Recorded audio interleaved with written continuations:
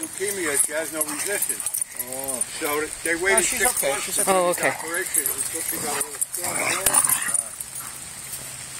She was only given 18 months to live 9 years ago. So it's a miracle every day that she's alive. What is she going for this time, Ralph? Just scraping the crap off her. No, it was the special radiation.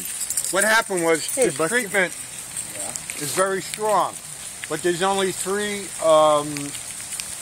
facilities in the country, nuclear facilities, that can make this medicine.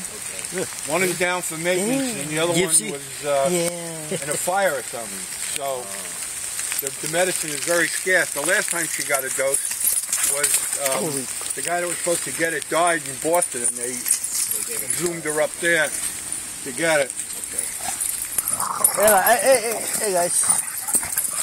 You're okay. Yeah. Oscar's a peacemaker. You better be good, Alex. Hey, Oscar. So I figured I'd just walk today. It's going to be a bad day to go running back and forth. Yeah, absolutely. I lost out on an ovation. They say they're going to acoustic electric mandolin. $800. The guy wanted $149. Guys, come on. Break it up, Ella. I went up to $235 with 35 shipping. I said, I'm not paying more than that.